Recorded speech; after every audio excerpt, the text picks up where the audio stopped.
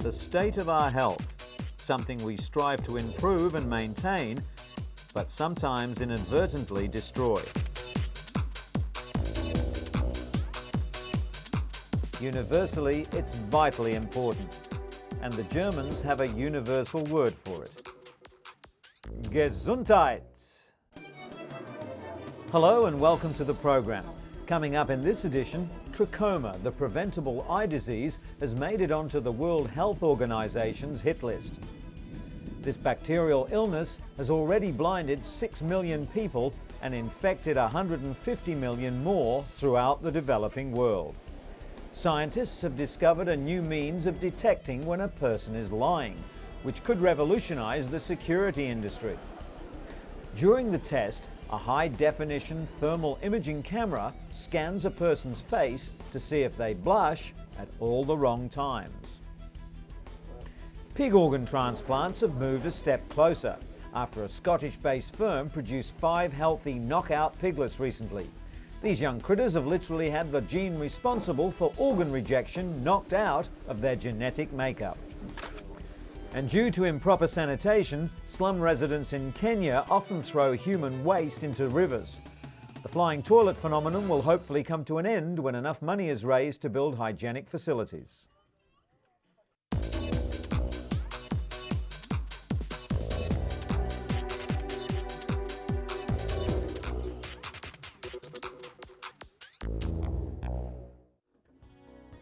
But in our first story, we look at the devastating effects of schizophrenia on the brain, discovered recently by researchers at the University of California in Los Angeles School of Medicine.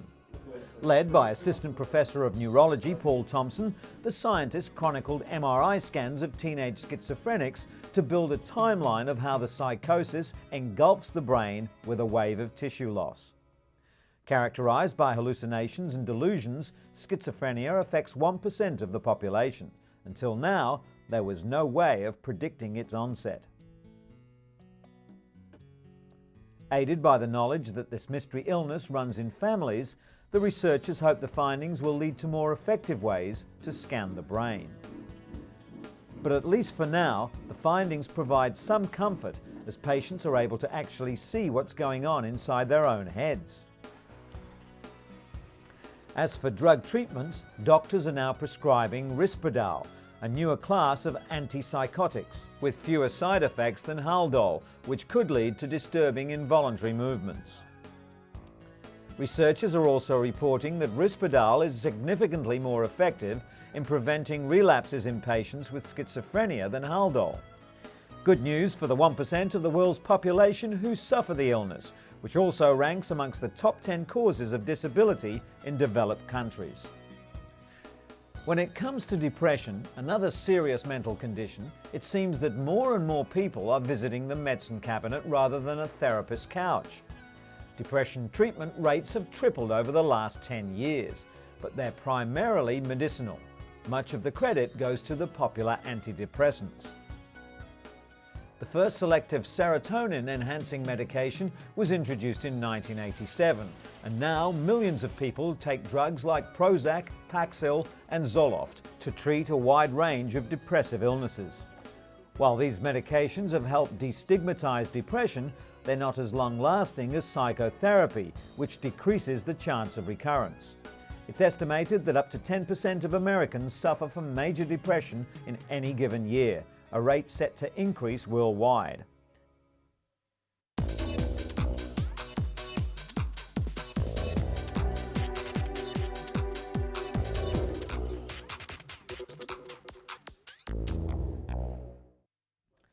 The microscopic translucent worm C. elegans is famous for being the first animal to have its whole genetic blueprint identified. Southampton scientists are using it as a model to see how the drug ivermectin works on another worm, the parasitic variety that causes river blindness. The disease affects more than 20 million people in Africa and Central South America. It's transmitted from person to person by a small black fly that bites like a mosquito. The fly releases a parasite into the skin of its victim, which eventually destroys the optic nerve.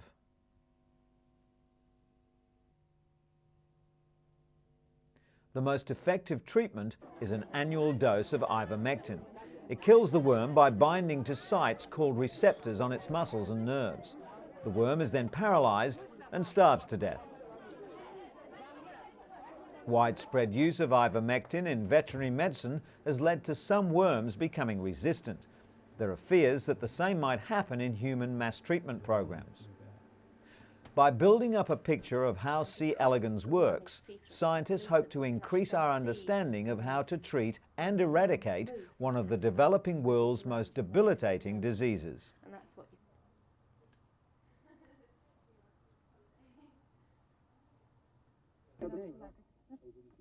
Another preventable disease that's blinded 6 million people and infected another 150 million worldwide is trachoma. The bacterial illness causes inflammation and scarring of the inside of the upper eyelid. Over time, the eyelashes turn inward, rubbing and scarring the cornea, leading to blindness. The debilitating disease is endemic in developing countries in Africa, Asia, and the Middle East. It's most common in rural areas where overcrowding and poor hygiene spread the bacteria. Trachoma is on the World Health Organization's hit list.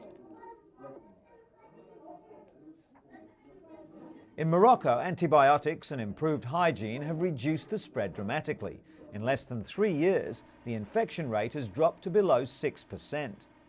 At the United Nations, FISA announced it's contributing an additional $200 million aimed at targeting blindness in 9 countries and plans to donate the one-dose drug Zithromax. The World Health Organization is working to reduce trachoma in countries like Tanzania and Vietnam, while hoping to eliminate the disease worldwide by 2020.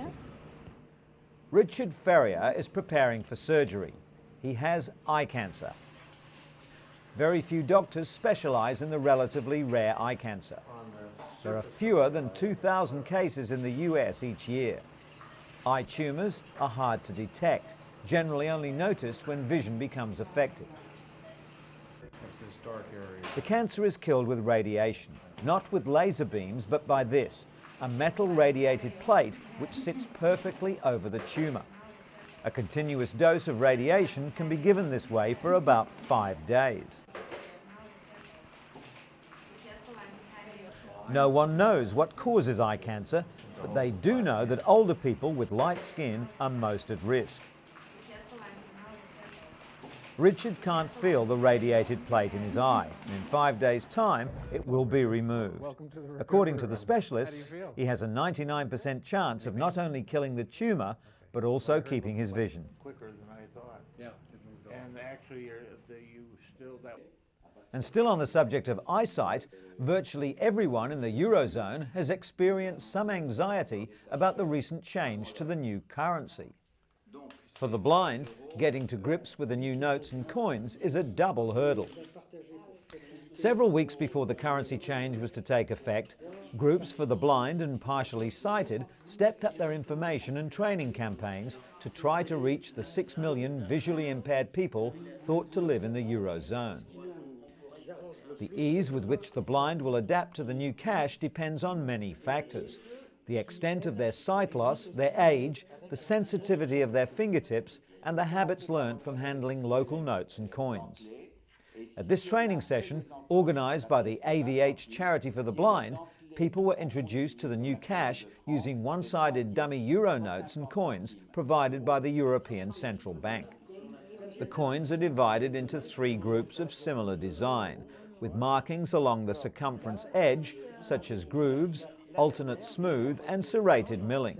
Stars and letters also help with recognition using a process of elimination. The European Central Bank and various national blind organisations have also designed euro testers, plastic euro aids with braille. To identify notes, the euro tester must be bent in half. The note is then inserted and the section of note now sandwiched between plastic is bent back over. The height to which it comes against the plastic corresponds to its worth in Braille.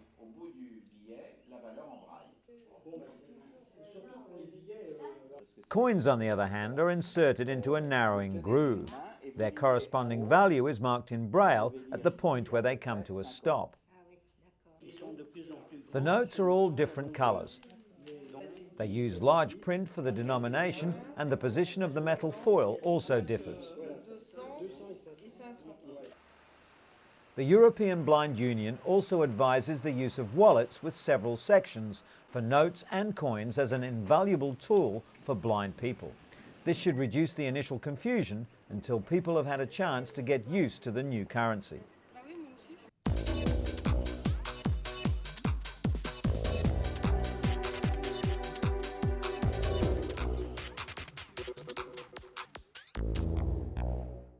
I did not have sexual relations with that woman.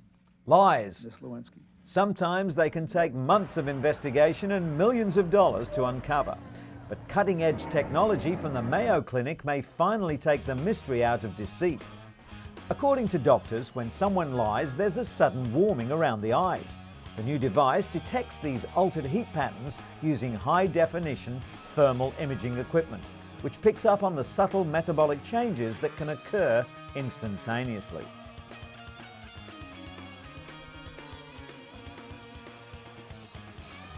Clinical trials using a mock crime scenario correctly detected lying 83% of the time. The next step is to develop even smaller cameras and determine if they are as accurate. Scientists at the Mayo Clinic believe that in time, their lie detector will have many practical applications in the security and law enforcement industry, such as at airports and border checkpoints. In theory, blood should rush to the eye area of liars like mini uncontrollable hot flushes, while the innocent remain coolly and calmly unaffected.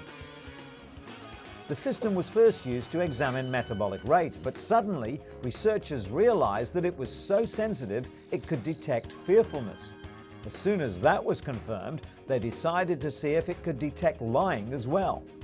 Experiments in which 20 people were randomly asked to stab a mannequin, rob it of $20 and then profess their innocence showed the technique to be as effective as any existing polygraph test. The thermal camera correctly identified 90% of the true innocents. While polygraph tests have long been considered too slow and cumbersome to be used for airport security, thermal imaging cameras might be a practical and reliable alternative. New technology has also come to the aid of cystic fibrosis sufferers who've been unable until now to travel far from home. CF patients like Kristen McFall are using a new medical device to fight the deadly disease. She's now able to live by herself and not depend on others for treatment. The airway clearing device is called the vest, and it helps clean the lungs of excess mucus by oscillating the chest wall repeatedly. Melody Green has had 2 double lung transplants, and like most transplant patients, she underwent daily chest physiotherapy to keep her lungs functional. But with the vest, it was no longer necessary.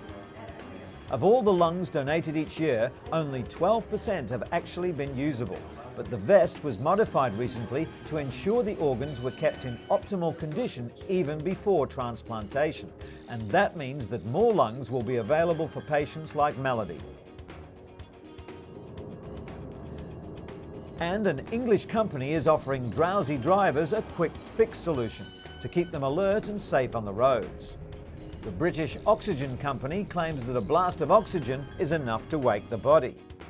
A driver simply pulls over for a moment and with the canister provided sprays some pure oxygen into their lungs. According to AAA, drowsy driving is to blame for 100,000 serious crashes and up to 2,000 deaths every year in the US.